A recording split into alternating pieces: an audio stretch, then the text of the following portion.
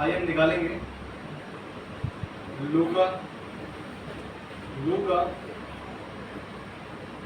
उसका 9 अध्याय, लूका 9 अध्याय और उसका 57 से लेकर 62 पद तक हम बारी बारी करें। लूका 57 से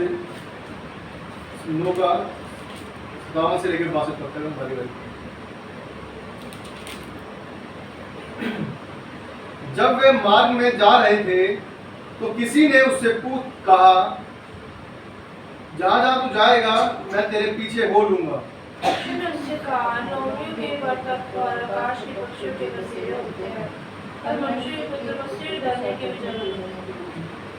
उसने दूसरे से कहा, मेरे पीछे हो ले। उसने कहा, हे प्रभु, मुझे पहले जाने दे कि अपने पिता को गाड़ दूं। उसने मुझसे कहा, हमारे हो को अपने मुर्दे गाड़ दे, पर तू जाकर परमेश्वर की राज्य की कथा सुना। एक और ने भी कहा, हे प्रभु, मैं तेरे पीछे हो लूंगा, पर पहले मुझे जाने दे कि अपने घर के लोगों से विदा ले आओ। यीशु ने उससे कहा, जो कोई अपना हाथ हल पर रखकर पीछे देखता है, परमेश्वर के राज्य के योग्य नहीं। आइए प्रार्थना करेंगे। हे हमारे सर्वशक्तिमान प्रभु, राजों के राजा, प्रभु धन्यवाद देते हैं आपके पवित्र वचन के लिए जो पढ़ा गया प्रभु। ये वचन का पढ़ा जाना प्रभु जी, सुना जाना हमारी आशीष का कारण हो और हमारे द्वारा और लोगों की आशीष का कारण, उनके उद्धार का कारण बने प्रभु। दया करें, अनुग्रह करें, हमारे साथ आप रहे, हमारे हृदय को खोले प्रभु। हम तेरी आवाज को सुनने वाले बन जाए, हम तेरे पथों पर चलने वाले बन जाए। सहायता आप करें, दया करें, अनुग्रह करें। दास को बुद्धि ज्ञान से समझ दे प्रभु कि शब्द आपके हो, बोल मेरे हो प्रभु। ऐसा आप करें, मेरी ओर से कोई बात ना हो प्रभु, सब तेरी ओर से हो। हर एक बात में सहायता। छोटी सी विनती प्रार्थना को मानते हैं प्रभु यीशु मसीह के नाम में, दया से सुने और ग्रहण करें प्रभु। आमीन।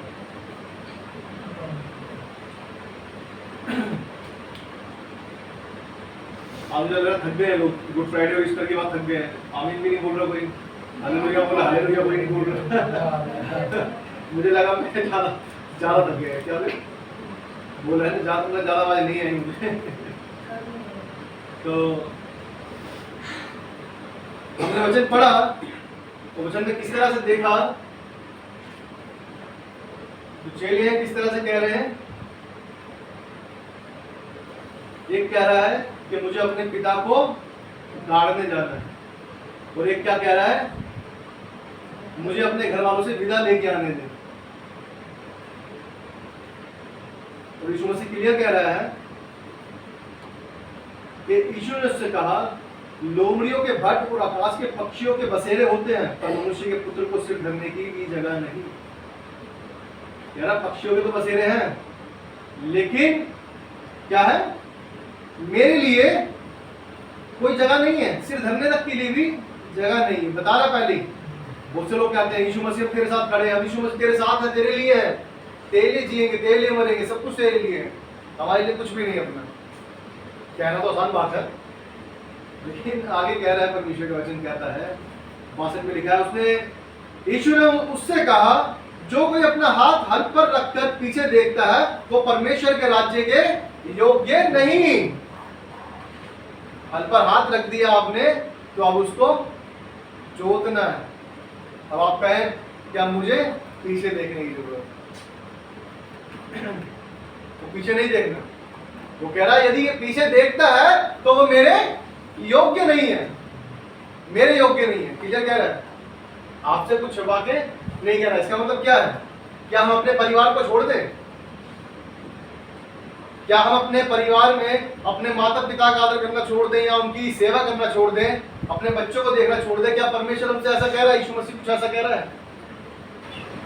यीशु मसीह ऐसा कह रहा है? नहीं कह रहा। हमने पिछले समय देखा जब वो हमने यीशु मसीह के द्वारा 7 वाणी को सुना, उसमें क्या कहा था? उसने अपनी माँ के लिए उस चेहरे को चुना। इसका मतलब उसे केयर थी अपनी माँ की। तो इसका मतलब वो नहीं कह रहा कि आपको अपने परिवार को छोड़ दो, अपनी माँ को छोड़ दो, अपने उसको सेवा अपने परिवार के सदस्यों को छोड़ दो। लेकिन वो कह रहा है यदि आपको कहा गया है यीशु मसीह ने ये करना है तो आपको उसके लिए करना है। पहले प्राथमिकता परमेश्वर की होनी चाहिए, बाकी चीज बाद में होनी चाहिए। वो कह रहा है, यही बता रहा है आपको कि लोमड़ियों के भट्ट हैं, पक्षियों के बसेरे हैं, लेकिन मनुष्य के पुत्र को सर रखने की भी क्या है, जगह नहीं। वो कह रहा है उसके साथ चलना, आप सोचें कि बहुत ज्यादा मजे वाली बात हो जाएगी कि हम तो राजाओं की तरह रहेंगे, हम तो ऐसे रहेंगे, सच में राजाओं की तरह रहेंगे, लेकिन वो दुनिया दूसरी दुनिया है। लेकिन जो यहाँ पर भी रहते हैं परमेश्वर में आनंदित रहते हैं, वो उस स्वर्ग के आनंद को यहाँ पर भी महसूस करते हैं। क्यों महसूस करते हैं? क्योंकि उनके हृदय में हर एक बुरी वस्तु निकल चुकी होती है और परमेश्वर का राज्य प्रकट हो जाता है। कैसे हो जाता है? क्योंकि फिर हमें हर एक बात में आनंद मिलता है। हम दुख में भी सुख का अनुभव करते हैं कि परमेश्वर तेरी वजह से यदि सताए जा रहे हैं तो ये भी आनंद की बात है। परमेश्वर वचन कहता है यदि तुम सताए जाओ मेरे नाम के कारण तो इसे आनंद की बात समझ लेना, आनंद की बात समझ लेना। किसकी बात समझेंगे? आनंद की बात। लोग तो बहुत सता रहे हैं, लोग तो बहुत से सता रहे हैं, किस किस तरह सता रहे हैं हम जानते हैं। बहुत इतना विरोध करते हैं कि वो उनका विरोध भी ऐसा लगता है वो यदि उनको आज्ञा दे दी जाए तो वो सारे जो मसीह लोग हैं उनको अच्छी तरह परेशान करेंगे। लेकिन परमेश्वर का अनुग्रह अपने लोगों पर हमेशा रहता है, वो हमेशा उन्हें सुरक्षित रखता है और उन ताड़नाओं में भी क्या है, उनको क्या है, संभाले रखता है। बाइबल बताती है, वचन बताता है, कहता है कि मैं तुम्हारे सहने से बाहर दुख नहीं दूंगा, जितना आप सह सकते हो उतना ही दुख दिया जाएगा। उसे पता है कि मेरे बच्चे की कितनी लिमिट है, मेरे बच्चे की कितनी लिमिट है। अभी कहीं का वीडियो एक आया था, मुझे याद नहीं आने जगह ना, उसका चोरी करने का नाम लगा, मतलब उसको पता चला कि दुकान में उसने अपने वेयर हाउस से कुछ चुरा लिया है। मतलब सिर्फ एक सस्पिशियस उसने सस्पेक्ट था कि हाँ ये शायद इसने किया है। उसके हाथ बांध दिए डंडे के साथ में, उसे इतना मार दिया कि वो मर गया। वो मर गया। आप सोच सकते हो कितनी भयानक अवस्था है एक सिर्फ चोरी के लिए, कि आपने चोरी बस सिर्फ पक्का नहीं हुई है कि चोरी करी है उसने, लेकिन क्या है कि तूने चोरी की है। सिर्फ इस शक के बिना पे उसने इतना मारा डंडों से, तो बेचारा वहीं मर गया, बंदे सोच सकते हो एक चोरी की सजा, वो भी जो पक्का नहीं है।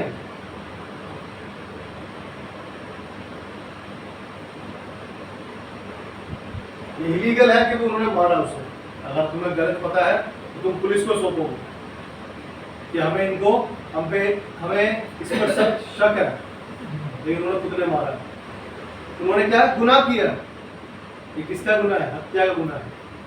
क्या परमेश्वर इसका हिसाब नहीं लेगा? परमेश्वर इसका हिसाब नहीं लेगा क्या?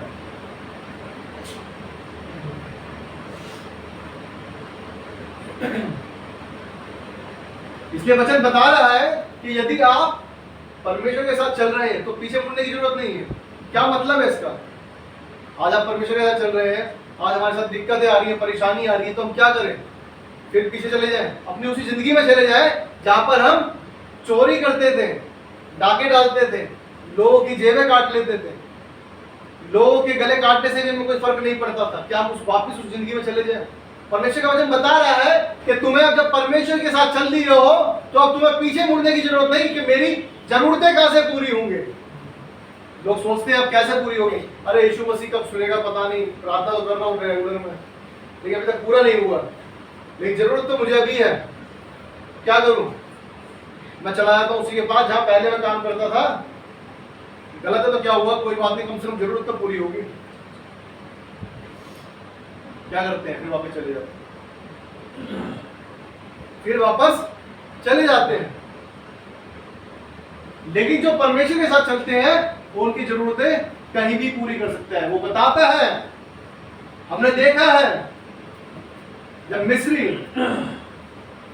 लोगों के बीच में इस्राएली लोग किस तरह से उस मिस्र से निकले, वो किस तरह से परमेश्वर ने उनके साथ में वाचा बांधी, किस तरह से परमेश्वर ने उनका पालन पोषण किया। उस जंगल के रास्ते में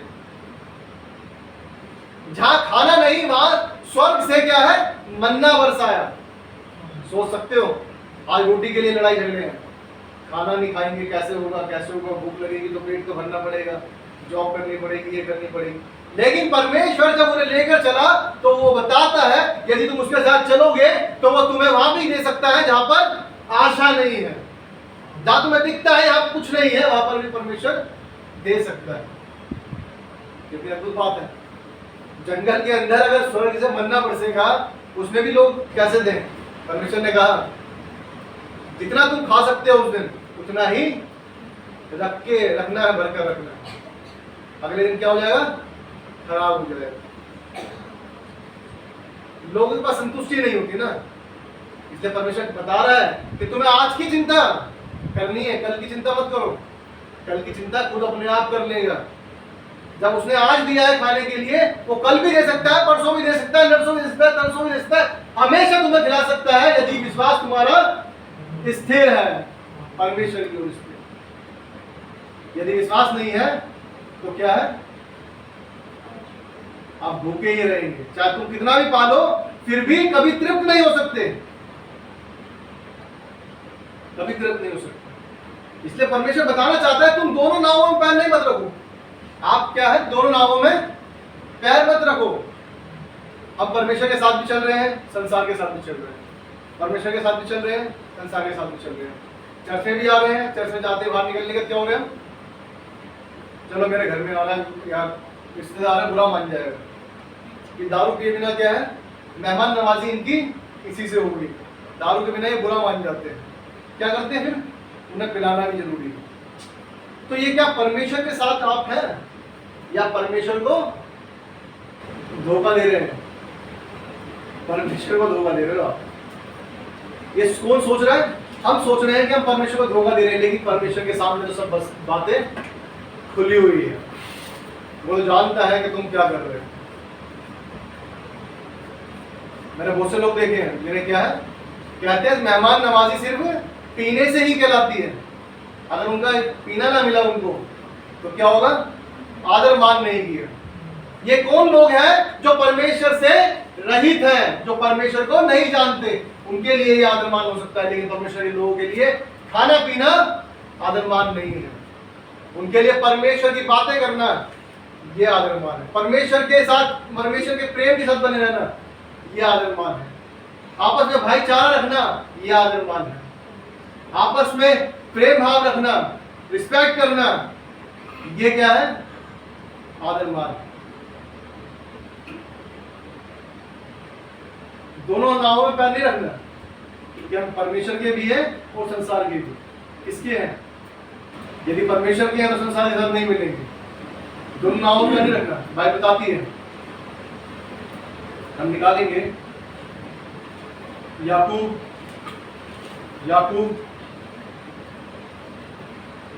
उसका पहला अध्याय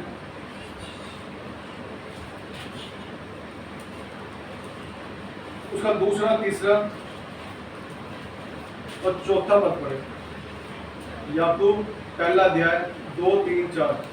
मेरे भाइयों, जब तुम नाना प्रकार की परीक्षाओं में पढ़ो तो इसको पूरे आनंद की बात समझो, यह जानकर कि तुम्हारे विश्वास के परखे जाने से धीरज उत्पन्न होता है। पर धीरज को अपना पूरा काम करने दो कि तुम पूरे और सिद्ध हो जाओ और तुम में किसी बात की घटी न रहे। तुम में किसी बात की घटी ना रहे, क्या है, तुम में किसी बात की घटी ना रहे, लेकिन किसको काम करने दो? हमें क्या कमी है, हमें किस चीज की कमी है? लिखा है, वचन में लिखा है, ये जानकर कि तुम्हारे विश्वास के परखे जाने से धीरज उत्पन्न होता है। जब हम विश्वास में होते हैं तो हमें क्या करना है, धीरज धरना है। धीरज तो हम धरते ही नहीं, हमें क्या चाहिए, इंस्टेंट, 2 मिनट में मैगी तैयार। खाना मम्मी कितनी देर में खाना बनाओगे, मैगी अभी ले आते हैं, मैगी अभी ले आते हैं और आके बना 2 मिनट कहते हैं, लेकिन 2 मिनट बनती नहीं है, वो भी गलत वो है, 2 मिनट बनती नहीं। लेकिन हमें क्या चाहिए, इंस्टेंट, साथ के साथ चाहिए, देर नहीं चाहिए। परमेश्वर तुझसे मैंने आज मांगा है तो कल कर दियो, उसके बाद मेरे से नहीं हो पाएगा, फिर मुझे दूसरा रास्ता ढूंढना पड़ेगा। ये दो नावों में पैर रखना है। आपने परमेश्वर की ओर देखा है तो परमेश्वर की ओर ही देखिए। भजन संहिता 34 अध्याय में लिखा है, जिन्होंने उसकी ओर दृष्टि की उनका मुंह कभी काला नहीं होने पाया। तो जब हमें पता है उसकी ओर दृष्टि मैंने की है तो मेरा मुंह कभी काला नहीं हो पाएगा, तो फिर मैं पीछे की तरफ दूसरी चीजों को क्यों देखूं? फिर मैं दूसरी बातों की ओर दृष्टि क्यों लगाऊं? बात सच है या नहीं? जब हम परमेश्वर की ओर चलती है, यदि मुझे विश्वास है कि परमेश्वर ही मुझे ठीक कर सकता है, परमेश्वर ही मेरी जरूरत को पूरी कर सकता है, परमेश्वर ही सब कुछ मेरे लिए जो निराशा है उसको आशा में बदल सकता है, तो फिर क्यों हम संसार की ओर ताके? संसार की ओर क्यों ताके? क्यों हम दो नावों पर पैर रखें? बहुत बार होता है हमें शैतान क्या करता है? भटकाता है। उसने यीशु मसीह को भी नहीं छोड़ा। जब उसे भूख लगी तो उसने कहा इस पत्थर को रोटी बनने की आज्ञा दे, रोटी बनने की आज्ञा दे। शैतान तैयार खड़ा है आपको भरमाने के लिए, परेशान करने के लिए, भटकाने के लिए। लेकिन क्या हम परमेश्वर के अनुसार काम करेंगे? क्या हम परमेश्वर के अनुसार काम करेंगे या अपनी चाल के अनुसार चाल चलेंगे? क्या हम अपने अनुसार चाल चलेंगे? क्या लिखा है यहाँ वचन में हमने पढ़ा याकूब में कि ये जानकर कि तुम्हारे विश्वास के परखे जाने से धीरज उत्पन्न होता है। जब आप विश्वास में परमेश्वर के साथ विश्वास योग्य बने रहते हैं तो आपका जो है धीरज क्या है? बनता है। धीरज क्या है? उत्पन्न होता है। आपको विश्वास परमेश्वर में रहने से क्या होता है? आपको एक आशा नई किरण मिलती है ना, आशा की नई किरण मिलती है कि हाँ परमेश्वर मेरे लिए सब कुछ कर सकता है। फिर हमें यदि हम अपनी बातों को याद करेंगे कि परमेश्वर ने मेरे साथ कैसे कैसे बड़े बड़े काम किए, तो आपको विश्वास आएगा कि हाँ परमेश्वर मेरे साथ ये भी कर सकता है। हमारे साथ तो, मेरे साथ तो परमेश्वर का मैं हमेशा याद रखता हूँ कि कुछ नहीं से परमेश्वर ने सब कुछ किया है। कुछ नहीं से परमेश्वर ने सब कुछ किया है। तो इसलिए मैं उन चीजों को याद रखता हूँ कि हाँ परमेश्वर जब वो कर सकता है तो ये भी कर सकता है, क्योंकि सब कुछ परमेश्वर ही करने वाला है। जो मैंने सोचा नहीं, परमेश्वर ने उससे बढ़कर मेरे लिए किया है। क्यों किया है? क्योंकि मेरा विश्वास परमेश्वर पे ही है, क्योंकि मेरा विश्वास यीशु मसीह की ओर रहता है, मेरी दृष्टि परमेश्वर की ओर रहती है कि हाँ परमेश्वर तेरी इच्छा है तो। हमने वचन में पढ़ा, दूसरे पद में लिखा है, हे मेरे भाइयों, जब तुम नाना प्रकार की परीक्षाओं में पढ़ो तो इसको पूरे आनंद की बात समझो। किसकी आनंद की बात समझनी? पूरे आनंद की। जब परीक्षा में पढ़ते हैं, ये हमारे पास सच में बहुत अच्छी बात है। यह आनंद की बात समझनी हमें बात कि शैतान हमें क्यों भरमाना चाह रहा है? क्योंकि इसका मतलब मैं सही रास्ते पर हूं। जब आप सही रास्ते पर, जब तो शैतान भटकाने आएगा। जो पहले से भटका हुआ उसको शैतान क्यों भटकाने आएगा? तो कहेगा ये तो मेरा वैसे ही चेला है, ये तो मेरा चेला है, यीशु मसीह का चेला है, तो वो क्यों भटकाएगा? यदि मैं गलत रास्ते पर चल रहा हूं तो शैतान को मुझे जरूरत नहीं है उसे कुछ करने की, बोलेगा मेरा है। लेकिन जो यीशु मसीह की ओर चल रहा है वो उसे भटकाने आएगा। इसलिए कह रहा है उसको पूरे आनंद की बात समझो कि हाँ अय्यूब के पास गया शैतान। क्यों? क्योंकि अय्यूब क्या था? खरा था। अय्यूब खरा था। अय्यूब भी खरा होता तो शैतान थोड़ा बोलता कि परमेश्वर से कि इसको तुम्हें सब कुछ दिया हुआ है इसलिए तो वो तेरी स्तुति बड़ाई करता है। क्यों बोलता वो? अगर अय्यूब नहीं मानता, अय्यूब भी अपनी मौज मस्ती में रहता, अपने आनंद में रहता, परमेश्वर को प्रेम ना करता, तो शैतान को ये शब्द बोलने की जरूरत ना पड़ती। लेकिन वो परमेश्वर के लिए खरा था, इसलिए शैतान ने ये बात उसके सामने रखी। देखा कितनी अद्भुत बात है कि हम उस बात वचनों को ये समझते हैं, तो हमें बड़ी खुशी होती है इस चीज के लिए। सच में हमें आनंद की बात समझनी। यदि हमें शैतान भटका रहा है, यदि हम आज बीमारी में, चाहे हमारी जरूरत है, आज मेरी कुछ जरूरत है जो मुझे चाहिए वो ज्यादा, लेकिन उसके बाद भी शैतान हमें क्या है? रास्ते दिखाता है, हम इस तरह से ले सकते हैं, हम ज्यादा इस तरह प्राप्त कर सकते हैं। क्यों दे रहे हैं वो हमें रास्ते? क्योंकि वो चाहता है कि तुम परमेश्वर से भटको, जब तुम परमेश्वर से भटकोगे तुम्हारा विश्वास क्या है? अविश्वास में गिना जाएगा। जैसा थोमा ने कहा कि जब तक मैं उसके पंजर में उंगली डाल के ना देख लूंगा तो मैं क्या है? विश्वास ना करूंगा। यीशु मसीह ने कहा कि डाल के देख और अविश्वासी से विश्वासी हो जा। कितनी अद्भुत बात है। वो कह रहा है विश्वासी हो जा, अब तू देख ले, तो फिर भी कह रहा है कि तू देख ले। कितना प्रेम करता है परमेश्वर। नहीं चाहता कि कोई भी नाश हो। यीशु मसीह को पता है ये मेरे साथ साथ चले हैं, ये मेरे चेले हैं, ये मेरे लोग हैं। मैं नहीं चाहता कि कोई भी नाश हो। ये मेरे द्वारा बनाया गया, मैं कैसे देख लूं ये नाश हो जाए। आज हमारे सामने दो निर्णय हैं कि हम परमेश्वर के साथ चले या उस संसार के स्वामी शैतान के साथ चले। ये हमारी इच्छा है। परमेश्वर किसी पे जोर नहीं डालता। आप सोचे कि परमेश्वर हमें जबरदस्ती हमें पकड़ेगा, खींच के जबरदस्ती लेके चलेगा। नहीं, परमेश्वर कहता है मत्ती 7:13-14 क्लियर बताता है आपके सामने दोनों रास्ते हैं। सकरा रास्ता भी है और चौड़ा रास्ता भी है। जो आपको चुनना है वो आपकी इच्छा है। Choice is yours. आपकी इच्छा है, किसी और की पसंद नहीं है। आपको जो चुनना है आप चुनिए। परमेश्वर ने दोनों दे दिए। अब दोनों नावों में पैर रख के चलना है तो फिर दोनों नावों में पैर रखने वाला कैसा होता है? क्या होगा उसके साथ में? गिर जाएगा। जहां डिसबैलेंस हुआ, मैं एक नाव आगे पीछे हुई और क्या गिर गया।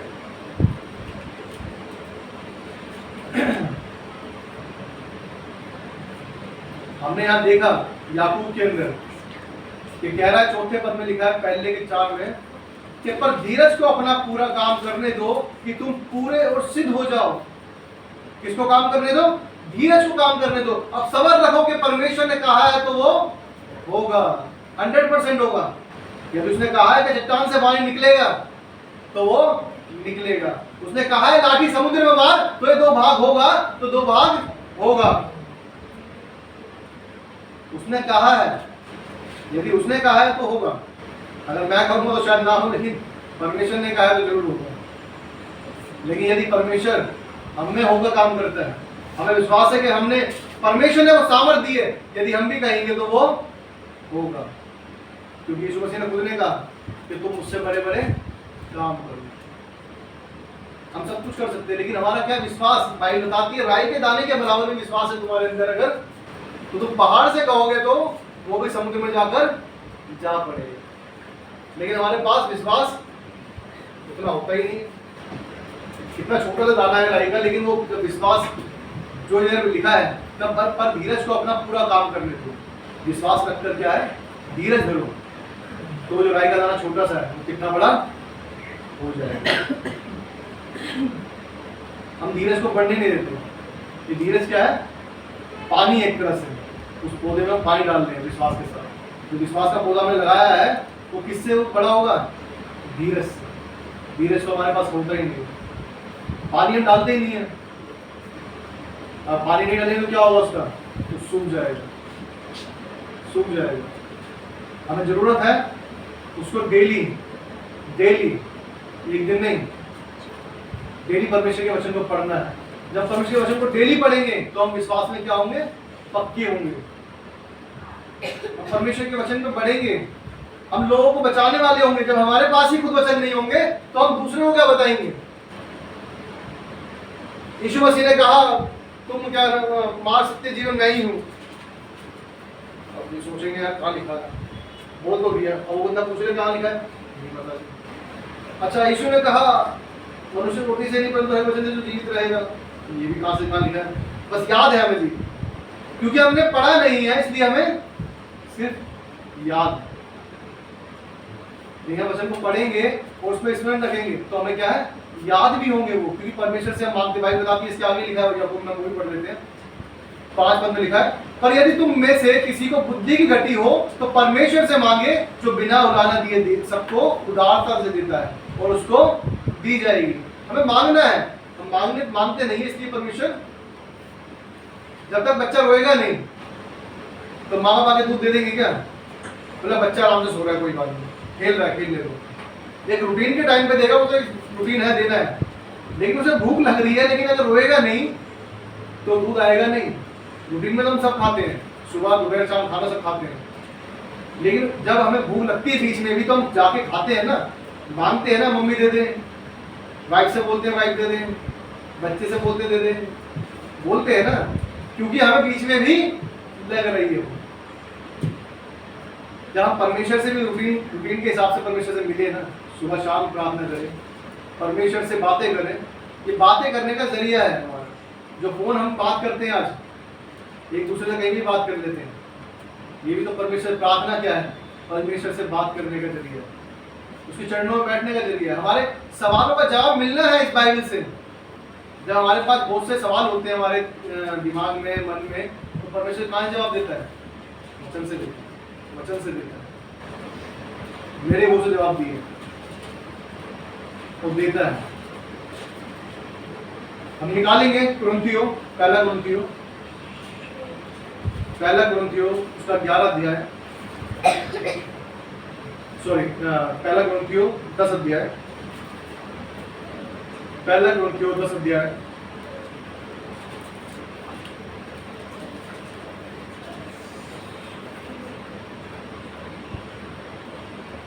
उसका 6 और 7 और 8। ये बातें हमारे लिए दृष्टांत ठहरी कि जैसे उन्होंने लालच किया वैसे ही हम बुरी वस्तुओं का लालच न करें और न तुम मूर्ति पूजक बनो जैसे कि उनमें से कितने बन गए थे। जैसा लिखा है, लोग खाने पीने बैठे और खेलने कूदने उठे, और ना हम व्यभिचार करें जैसा उनमें से कितनों ने किया, और एक में 23,000 मरे। क्या? एक दिन में 23,000 मर गए। किस लिए? और परमेश्वर इनको लेकर जा रहा है। इतनी अद्भुत बात है कि वो उन्हें मन्ना खिलाया, बटेरे खिलाई, पानी पिलाया चट्टान से, ऐसे बड़े बड़े काम किए। दिन में, रात में कभी अकेला नहीं छोड़ा। क्या जंगल में जानवर नहीं होंगे? क्या जानवर भी होंगे, लेकिन जानवर से परमेश्वर ने हर वक्त सुबह शाम हर घड़ी उनकी क्या है? रक्षा की। जहाँ कुछ नहीं खाने का वहां पे खाना स्वर्ग से खिलाया। जहाँ चट्टान से पानी नहीं पिलाया जा सकता वहां चट्टान से पानी पिलाया। इतने सारे अद्भुत काम उन्होंने मिस्र में रहते हुए देखे। 10 विपत्तियां जो मिस्रियों को पड़ी, उन विपत्तियों को देखा, फिर भी क्या है, क्या कह रहे हैं आगे लिखा वचन में? ये बातें हमारे लिए दृष्टांत ठहरी कि जैसे उन्होंने लालच किया, मतलब वो परमेश्वर के साथ चलते चलते भी क्या कर रहे हैं? लालच कर रहे हैं। वैसे हम बुरी वस्तुओं का लालच ना करें, और ना तुम मूर्ति पूजक बनो जैसे कि उनमें से कितने बन गए थे। जैसा लिखा है, लोग खाने पीने बैठे और खेलने कूदने उठे, और ना हम व्यभिचार करें जैसा उनमें से कितनों ने किया, और एक दिन में 23,000 मर गए। आप परमेश्वर के साथ चल रहे हैं तो परमेश्वर का वचन बताता है। हर बार मैं बहुत बार कहता हूँ इस बात को कि धन्य है जिनके मन शुद्ध है, क्योंकि वो परमेश्वर को देखेंगे। शुद्ध है, क्या लिखा है? व्यभिचार। यदि आपके मन में जीवन में व्यभिचार है तो क्या है? लिखा 23,000 मर गए। आप परमेश्वर और शरीर की सेवा नहीं कर सकते। आप परमेश्वर के साथ रहेंगे तो आत्मिकता से जीवन बिताना है, शारीरिक तरीके से जीवन नहीं बिताना। बाइबल लिखी है, लिखा है, वचन लिखा है, क्लियर लिखा है कि उन्होंने क्या लालच किया। इसका मतलब उनके मन में कुछ ना कुछ लालच आए होंगे। रास्ते में चलते हुए उनके पास लालच आए होंगे, जो उनको किसी तरह से परमेश्वर से अलग करने का क्या था? जरिया। जैसे शैतान क्या करता है शुरू से, हव्वा को क्या करा? उसने फल खिलाया झूठ बोलकर कि परमेश्वर ने तुम्हें मना किया है, इसे तुम खाओगे तो क्या करोगे? बुद्धि प्राप्त हो जाएगी, तुम परमेश्वर के तुल्य हो जाओगे। जब आप परमेश्वर के साथ चलते हैं तो यह याद रखिएगा, शैतान उतनी ही प्रकार से, हर तरीके से तुम्हें गिराने की कोशिश करेगा। वो नहीं चाहेगा कि आप परमेश्वर के भवन में जाएं, वो नहीं चाहेगा आप परमेश्वर की उपस्थिति में प्रार्थना करें, वो नहीं चाहेगा कि आप परमेश्वर के वचन को पढ़ें, वो नहीं चाहेगा कि आप परमेश्वर के चरणों में बैठ के लोगों के लिए प्रार्थना करें, वो नहीं चाहेगा कि आप किसी की भलाई करें, वो नहीं चाहेगा कि आप किसी के बारे में कुछ अच्छा करने के लिए चिंता करें, सोचें, पर क्या चाहेगा शैतान का जो काम है, वो चाहेगा कि आप जलते रहें, ईर्ष्या रखें, गाली बकें, झूठ बोलें, किसी का लालच करें, किसी से कुछ छीने। ये क्या चीजें शैतान चाहता है। क्या चाहता है? शैतान चाहता है। क्यों चाहता है? जब तुम ऐसा करोगे तो तुम किसकी संतान दिखोगे? किसकी? शैतान की। शैतान की संतान दिखोगे, यीशु मसीह की संतान नहीं दिखोगे। यीशु मसीह की संतान कैसी है?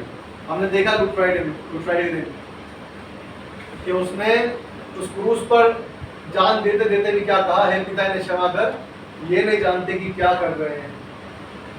ऐसा प्रेम हमें वो सिखाता है।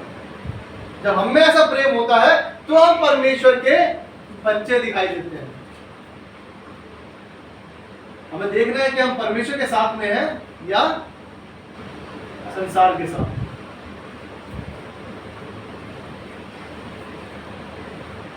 याद रखिएगा,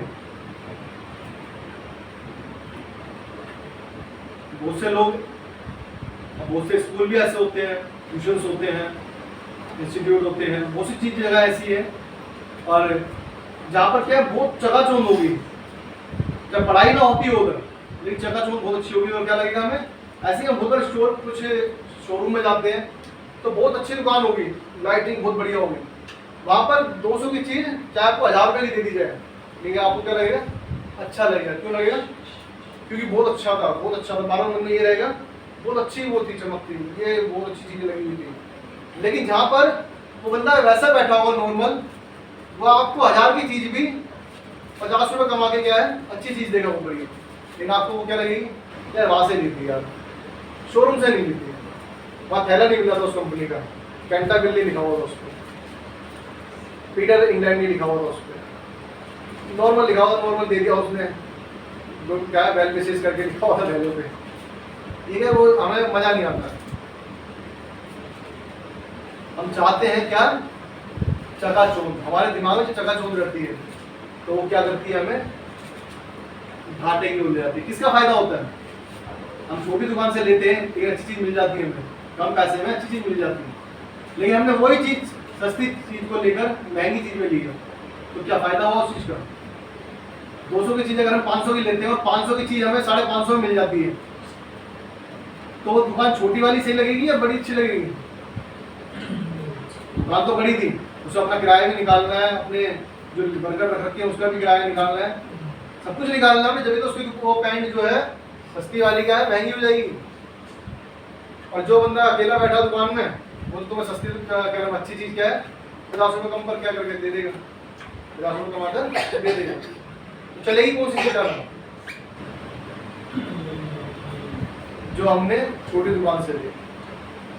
आज हमें परमेश्वर छोटा नहीं है, याद रखिएगा, लेकिन हमें छोटा कैसे लगता है कि परमेश्वर बड़ा धीरे काम करता है। क्यों काम करता है? क्यों लगता है वैसा? क्योंकि हम किसी को पलटकर जवाब नहीं देते। यीशु मसीह हमें लड़ना नहीं सिखाता, क्या करना सिखाता है? हमने पढ़ा याकूब में, धीरज करना सिखाता है, और धीरज हमसे होता नहीं। हम चाहते हैं परमेश्वर तू तो बाद में हिसाब लेगा, पहले मैं अपना हिसाब ले लूं, तू तो बाद में भी ले लेगा मांगेगा, आज मुझे हिसाब ले दे, आज मौका मिला बड़े दिनों बाद, ये बंदा पिट रहा है, 2-4 गाली अपने हाथ यहाँ पर साफ कर लूँ, दिखेगा भी नहीं और मार भी दूंगा। ठीक है, क्योंकि हमें परमेश्वर में धीरज नहीं, हमें चाहिए साथ के साथ इंस्टेंट इंसाफ चाहिए, साथ के साथ इंसाफ चाहिए, अभी हो जाना चाहिए। कल किसने देखा? बहुत से लोग तो अभी किसी चीज में जीते हैं, कल अरे किस क्या स्वर्ग नरक जो भी है यहीं पर ही है। लोगों का सोचना ऐसा है, लेकिन बाइबल क्लियर बताती है कि नरक भी है और स्वर्ग भी है, और दुनिया भी जानती है नरक भी है स्वर्ग भी। जैसे यहाँ जी रहे हैं वैसे ही वहां पर जाकर भी जीना है या मरना है, नरक की आग में जलना है या स्वर्ग में परमेश्वर के साथ रहना है। आप सोच सकते हैं, जब हम बादलों को देखते हैं खुला हुआ, ऐसे ऐसे दृश्य बनते हैं, ऐसे ऐसे इमेज बनती है, लगता है कि इतना सुंदर दिखता है, बड़ा ऐसा फील होता है कि कहाँ पर हम देख रहे हैं। कभी देखा होगा आप लोगों ने भी कि आसमान को देखते ना साफ दिखता है, और मतलब इतना, मतलब मैं व्याख्या भी नहीं कर सकता, उसको एक्सप्लेन नहीं कर सकता, कितना सुंदर लगता है। जब वो सुंदर इतना लग रहा है तो स्वर्ग कैसा होगा सोचिए। स्वर्ग की तो इमेजिनेशन ही हमारे पास हम बिल्कुल प्रॉपर नहीं कर सकते। प्रॉपर क्या हम कर ही नहीं सकते, वो हमारी समझ से क्या है, परे है, समझ से परे। फिर भी हम किस पर चलते हैं, हम बड़ी जल्दी भटक जाते हैं संसार की ओर। हमारी चीजें क्या है, हमारी दिक्कतें, हमारी परेशानी क्या है, हमें उस तरफ खींच कर ले जाती है। हमें लालच नहीं करना है, लेकिन क्या करना है, धीरज धरना है, विश्वास के साथ कि परमेश्वर तूने मुझे यहाँ तक पहुंचाया तो आगे भी तू ही पहुंचाएगा। यहाँ तक तू लेकर आया है, वहां पर भी क्या है, तू ही लेकर जाएगा। कोई और ले जाने वाला नहीं है, लेकिन परमेश्वर मैंने तुझ पर विश्वास किया है और तू ही मुझे निश्चय विजय दिलाएगा। यह हमें होना चाहिए, ये निश्चय हमें होना चाहिए, क्योंकि जब हमें निश्चय नहीं होता, आगे लिखा है, वचन में लिखा है, इसमें पढ़ेंगे पहला कुरिन्थियों 10 अध्याय उसका 12 पद। पहला कुरिन्थियों 10 का 12 लिखा है, इसलिए जो समझता है वह स्थिर भी वह चौकस रहे कि कहीं गिर ना पड़े। इसलिए जो समझता है मैं स्थिर हूं वो चौकस रहे कि कहीं गिर ना पड़े। बहुत से लोगों को विश्वास है, अरे तू मुझे मत बता, मुझे सब कुछ पता है, हाँ मेरे साथ परमेश्वर है, मेरे साथ ये है वो है। परमेश्वर है, अच्छी बात है, लेकिन ये घमंड वाला परमेश्वर है या नम्रता वाला परमेश्वर? मसीह लोगों में बहुत से लोग मिल जाएंगे ऐसे, जिन्हें चाहे कुछ पता ना हो लेकिन घमंड पूरा होता है। इसलिए बाइबल बता रही है, जो समझता है कि मैं स्थिर हूं वो क्या रहे, और चौकस रहे। चौकस रहे कि कहीं गिर ना पड़े। कि बाद में यीशु मसीह तो उनसे ही कह रहा है कि जब वो बादलों पर आएगा और कहेगा कि मैं तुम्हें नहीं जानता। क्यों कहेगा? वो भी तो मसीही लोग होंगे, वो से मसीही लोग भी ऐसे होंगे। 10 कुंवारियों का दृष्टांत है, उसमें लिखा है वो परमेश्वर को के क्या ना आगमन के लिए ही क्या है, तैयारी कर रही थी। तो 10 की 10 क्या है, कुंवारियां देख रही थी कि यीशु मसीह आने वाला है, लेकिन 5 सो गई और 5 जगी हुई है। इसका मतलब क्या है? विश्वासी तो थी, तो इसका मतलब यह है कि चौकस रहना किसको है, हमें भी चौकस रहने की जरूरत है। ये नहीं कि हमने यीशु मसीह को जान लिया तो अब तो भाई बस हो गया, बस अब मैं वचन पढ़ूं ना पढ़ूं, प्रार्थना करूं ना करूं, चर्च जाऊं ना जाऊं, परमेश्वर के लोगों के साथ संगति रखूं ना रखूं, अब परमेश्वर मुझे ले जाएगा। सुबह में परमेश्वर के दास का एक मैसेज सुन रहा था कि किसने तुम्हारे अंदर ये आत्मा डाल दी है, किसने तुम्हारे अंदर ये विचार डाल दिया है कि मैं इंडिपेंडेंट करूंगा, मैं अकेला रहूंगा, मैं घर वालों के साथ नहीं रहूंगा, मैं फैमिली के साथ नहीं रहूंगा, मैं परिवार से अलग हो जाऊंगा, मैं सेविकाएं अलग करूंगा, मैं किसी के साथ नहीं मिलूंगा। क्या क्या परमेश्वर हमें ऐसा सिखाता है? परमेश्वर तो हमें मिलकर रहना सिखाता है। और क्या है, यदि हमें कोई अलग करने के लिए कह रहा है, इसका मतलब क्या है? शैतान हमें भटका रहा है। नीति वचन में लिखा है यदि कोई किसी दूसरे से अलग हो जाता है तो वो अपनी ही इच्छा पूरी करने के लिए ऐसा करता है, अपनी इच्छा पूरी करने के लिए, और की नहीं, अपनी इच्छा पूरी करने के लिए करता है। लिखा है कि गिर ना पड़े, चौकस रहने की जरूरत है। यदि आपको लगता है कि मैं बहुत ज्यादा समझदार हूं, मेरे पास परमेश्वर ज्यादा है, मेरे परमेश्वर से ज्यादा बातें करता है, परमेश्वर मुझसे ज्यादा बातें करता है, तो ये अपने आप से क्या है, दिमाग से निकाल दें। आइए हम कुछ वचन को देखेंगे। उत्पत्ति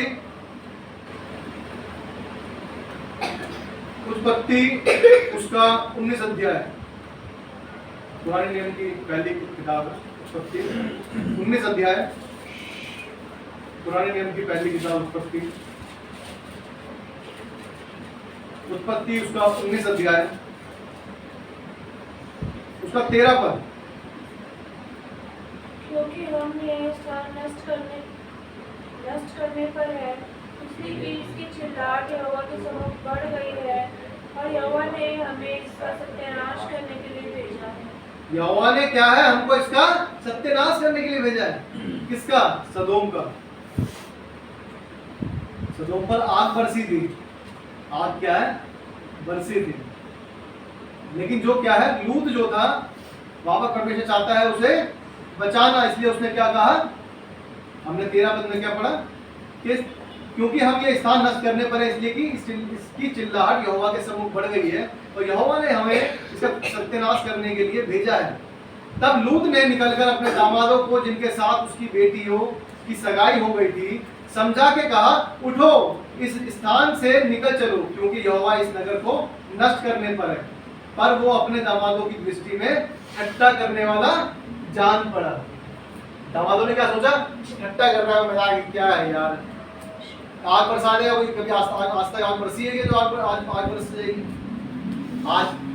आज भी ऐसा ही हो गया। हम मुझे कहते हैं कि परमेश्वर से बचो, परमेश्वर की ताड़नाओं से बचो, क्योंकि जब वो आएगा तो फिर वो क्या है, कोई अनुग्रह नहीं होगा, कोई रियायत नहीं होगी आप पर। आग लिखा है, आग बरसी, आग बरसी, क्या है, नाश होने पर है। हम भी लोग बताते हैं तो लोग हमें क्या करते हैं, अरे यार हमें पता है, हमने भी पढ़ रखा है बहुत कुछ, हमने भी बहुत कुछ पढ़ रखा है, हमें पता है क्या अच्छा क्या बुरा है। आज भी लोग क्या है, मसीह लोगों का ठट्टा उड़ाते हैं, मजाक उड़ाते हैं, लेकिन जैसे धमाल उड़ा रहे हैं, क्या हुआ, लिखा है वो ठट्टा करने वाला जान पड़ा। और 12 पद में लिखा है, फिर उन अतिथियों ने लूत से पूछा, यहाँ तेरा और कौन कौन है, दामाद, बेटे, बेटियां और नगर में तेरा जो कोई हो, उन सबों को लेकर इस स्थान से निकल जा। जब उसे नाश करने पर थे सदोम को, उस वक्त उन्होंने क्या कहा, जो जो तेरा है उनको लेकर निकल जा, क्योंकि हम इसको क्या करने पर है, नाश करने पर है। आज हम भी अपने रिश्तेदारों को करते हैं, बताते हैं, यीशु मसीह के बारे में बताते हैं, लेकिन क्या कोई भी नहीं सुनते। लेकिन हमारा फर्ज क्या है, बताना है, क्योंकि यीशु मसीह ने हमें कहा कि जाकर सारी सृष्टि पर क्या है, सुसमाचार प्रचार करो। हमें आज्ञा दी गई है, हमें आज्ञा दी गई है, तो हमें तो काम करना है। परमेश्वर ने दिया है, और मुझे ही नहीं, हर एक को दिया है, हर एक को जो परमेश्वर का बेटा बेटी समझता है अपने आप को, उसको काम सौंपा गया। आगे देखेंगे, लिखा है इसमें लूत की पत्नी है। उन दूतों ने कहा, जब तुम निकलोगे यहाँ से तो पीछे मुड़ के मत देखना। अभी हम क्या पढ़ रहे थे लूका के अंदर 9 अध्याय में, कि जो हल पर हाथ रखे पीछे मुड़ के नहीं देखना। पीछे मुड़ने का हाथ देखना क्या होगा, पीछे मुड़कर नहीं देखना। इसका मतलब ये नहीं कि अपने परिवार को छोड़ दो या अपने सेवा करना छोड़ दो या अपना कर्तव्य भूल जाओ, ऐसा नहीं है। लेकिन परमेश्वर पहले है, परमेश्वर की बात पहले सुनने से। अब क्या कह रहा है, अब आगे देखेंगे, लिखा है 26 में, 19 का 26 को ही पढ़े। लूत की पत्नी ने जो उसके पीछे थी, दृष्टि पेड़ के पीछे की ओर देखा और वह नमक का खंभा बन गई। और वो नमक का खंभा बन गई। कहा तो था नहीं देखना पीछे, लेकिन क्या करेंगे, अरे यीशु मसीह ने कुछ कहा तो पीछे नहीं देखना, तो इसका मतलब कुछ तो गड़बड़ है पीछे, देखना तो पड़ेगा भाई। क्या हुआ, वो यहोवा ने कहा यहाँ पर, लेकिन हम आज यीशु मसीह हमसे बातें कहता है, हम यीशु मसीह के बारे में सुनते हैं कि यीशु ने कहा, यीशु ने कहा, यीशु ने ये कहा। तो जब हम यीशु मसीह पे चल रहे हैं, यहाँ पर भी क्या करा लूत की बीवी ने, यहोवा कह रहा है कि पीछे मुड़ के नहीं देखना, दूतों ने कहा है पीछे मुड़ के नहीं देखना। इसका मतलब पीछे कुछ तो गड़बड़ है,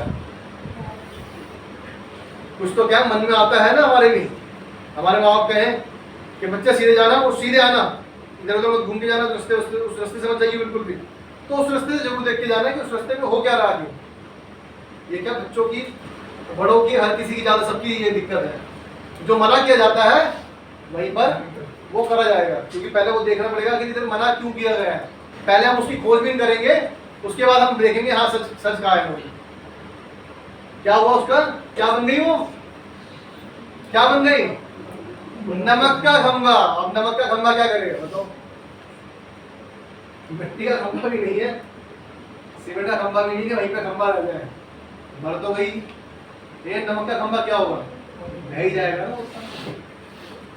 बाइबल बताती है नमक का अगर स्वाद बिगड़ जाए तो उसे सिर्फ बाहर फेंकने के अलावा किसी और काम करने के, नमक का स्वाद बिगड़ जाए। ये खंबा याद दिलाता है। ये खंबा याद दिलाता है कि जो परमेश्वर की बात नहीं सुनता, अपनी बात सुनता है, वो इसी तरह से रोता जाएगा पैरों के नीचे। वो ऐसे ही रोता जाएगा। आज हमें देखना है कि हम परमेश्वर की ओर हैं या संसार की ओर। लूका में हमने देखा, लूका हमने पढ़ा, लिखा है यीशु ने उससे कहा, जो कोई अपना हाथ हल पर रखकर पीछे देखता है वो परमेश्वर के राज्य के योग्य नहीं है। अपने परिवार की सेवा करने के लिए मना नहीं कर रहा परमेश्वर, अपने लोगों की ख्याल रखने के लिए मना नहीं कर रहा परमेश्वर, लेकिन वो कह रहा है यदि तुम मेरे लिए आ चुके हो तो फिर मेरी आवाज को सुनो, क्योंकि नहीं सुनोगे तो क्या करोगे, नाश होगा। कितने बात हमें ना सुनना है या परमेश्वर के लिए फल लाने वाला बनना है, वो हमारी इच्छा। परमेश्वर का वचन पढ़े जाने सुने जाने पर बहुत आशीष हो। हमें देखना है आज हम कहाँ पर, हमें देखना है हम कहाँ पर। इसलिए आइए हम आराधना में चलें।